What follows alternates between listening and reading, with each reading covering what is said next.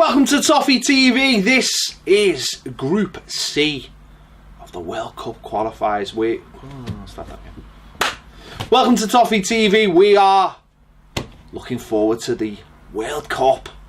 Not long now, Baz. Not long now. Russia. I was going to say here we come, but we're not. No. Group C we're looking at today.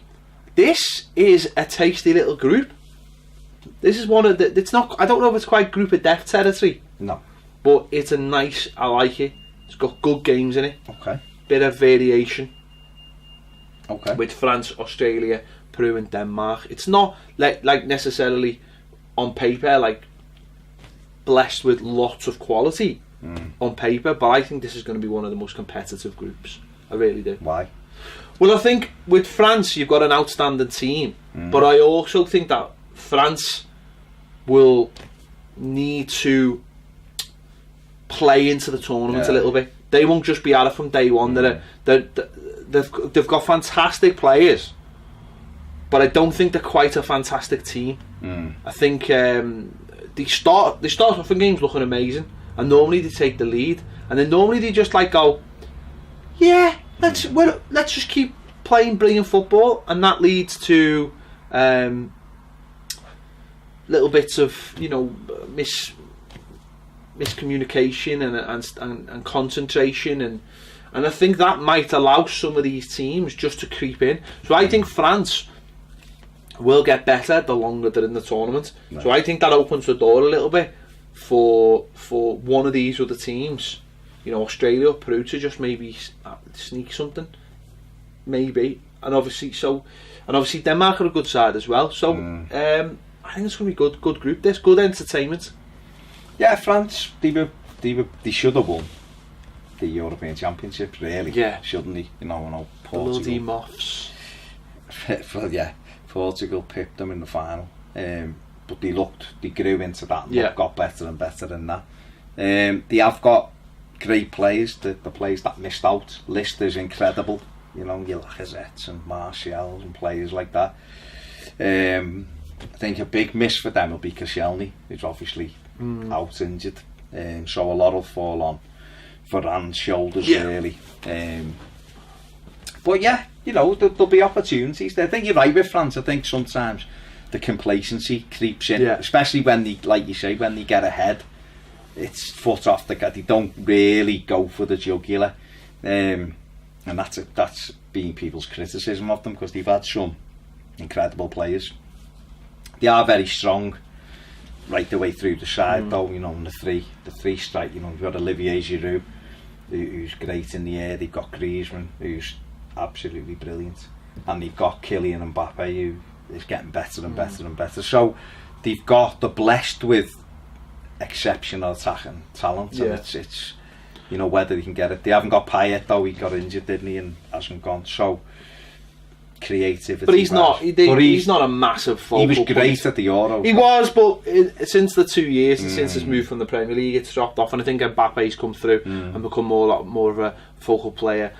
Dembele, now Barcelona. This could be his breakout tournament. I think for me, I think Griezmann's the main man. I think this is a World Cup where he's at his peak, and this could be big for him. So I just think it's a case of them just doing okay in the group, starting to put performances together, and who knows, they could be the winners if it all clicks. Definitely. I mean, I think as far as the other teams, obviously you've got Tim Cahill at his 4th World Cup. Australia have Matt Ryan, who's Brighton's goalkeeper, so people know that. Jedinak, who's at Aston Villa. Rodjic as well, who plays in, I think he's at Celtic, isn't he? So they've got players who we know, and obviously with the likes of Cahill, you can, last 20, we spoke about it on something else, last 20 minutes him coming off the bench. But for Australia, it'll be about trying to be organised, I should imagine, and trying to hang in for these games and these opportunities. Aaron Moy as well, of course, who plays at Huddersfield, who's a good, who's a good footballer, and he's normally the heartbeat of their side now. They've kind of built that because he is quite creative and he keeps things ticking over. So yeah, I mean, it's not a fantastic Australia team. No. I think they got there through a playoff. So it's not an amazing side. They always struggle for goals. Yeah. I think a lot, even though Cale's 38 and it's his 4th World Cup, and I imagine it'll be his final, bit of football. I think I fully expect him to retire after this. He knows that as well, and he's like the kind of fella who always can rise to the big occasion. Always. He's absolutely all over this. He knows. I think for legacy, I think he's not won things in his career as such. He should have won trophies with us. He hasn't. This is his legacy. Yeah. A 4th World Cup. If he was to score in a World Cup, for his 4th World Cup, and he'd go up there, he'd be someone forever remembered. And I think that's important for Tim Cahill. Yeah. That's part of his story, and I don't mean that like in an ego way either. That he's come from nothing, and if he ends up playing in 4 World Cups and scored in 4 World Cups, that would be huge. I mean, he scored one of the greatest World Cup goals ever in the last World Cup, and so if he could do that again, if he could come off the bench and just get something in, again.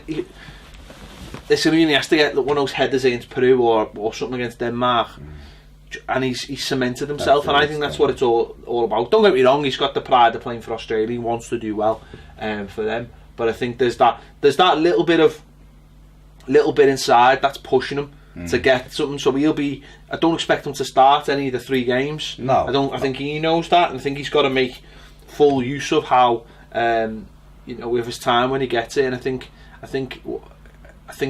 I imagine Australia, would have a plan of how to use him, because he's so good. He's still so good in the air that if it comes to the last 20 minutes of a game, they'll be just saying, like, get wide, put balls into the box, get diagonals into the box. You'll either knock it down or get something on goal. So let's hope he has a really a really good tournament, or just gets that goal. I think that. We're saying Aaron Moy and people like that'll be key. Matt Ryan will be key, the keeper, obviously, because you need your goalie to be on top form.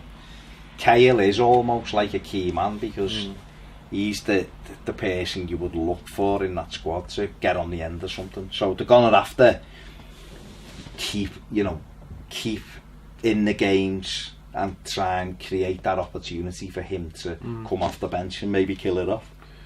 And that's France Australia's the first game on the Saturday with the 4 games in it as well. So that'll be a great day. Peru, interesting, they got through the qualifiers, the intercontinental qualifier against New Zealand after finishing 5th place in the South American group, which is all one big group. And I remember that the night it was up and down. Chile were in there, and they just managed to get the result that got them to 5th place, beat New Zealand comfortably to get through to the World Cup. And I think everyone wants to see them do well, just for Paddington Bear, really. That's who it's for, really. Second one's come out, hasn't it? The second film's out now, and you've got to try and keep the Peru story. You've got to keep the Peru story going. You really do. It's the first World Cup since '82, which was the best World Cup ever of all time. But so and the story for them is obviously Paulo Guerrero, who was banned for cocaine. Well, he said it was in a drink. There was like 3 cocaine peroxide buns. Yeah, like a coffee sort of drink that they drink in South America. Yeah. It's not that one that Funes Mori has, is it? It could be, yeah. You'll see Funes Mori and Suarez with those like weird cups. It's like a that tea drink with like the metal straw or coffee or whatever, the hot drink. It might have been something to do with that. Yeah, that's gone to that went to. Well, it's gone to appeal, hasn't it? But the appeal is after the World Cup. But it's been lifted. He can play. No, that's what I'm saying. It's gone to appeal. So he's playing with the ban hanging over his head, but he can play a World Cup. Yeah. That's mad, isn't it? It is. That just seems mad that hasn't been sorted out. Just do it beforehand, yeah. So that's a big thing for them. He's the captain, obviously. They were preparing, obviously, without him. Even the fact that they've gone, yeah, you're still captain, mate. Don't worry about it. Yeah. But then I suppose that's because they're thinking, well, no, he's done nothing wrong. He's done nothing wrong. Which is fair enough. There's him. Obviously, they've got Jefferson Farfan, who's well known in Europe. He's been around for a while. Andre Carrillo, who was who's on loan at Watford and was one of the players that allegedly asked Marco Silva to take him to Everton when he was linked with the thing. So look at him. Might get a look out for him. Yeah, whether Everton go back for him, I don't know. And Christian Cueva, who played for Sao Paulo, who is an attacking midfield player who is got a good reputation. So I tell you what I will say about Peru is that they seem to have like a bit of just I'm trying to think of the right word. They've got a bit of momentum. Marmalade? No, it's not marmalade. They've got a bit of momentum in terms of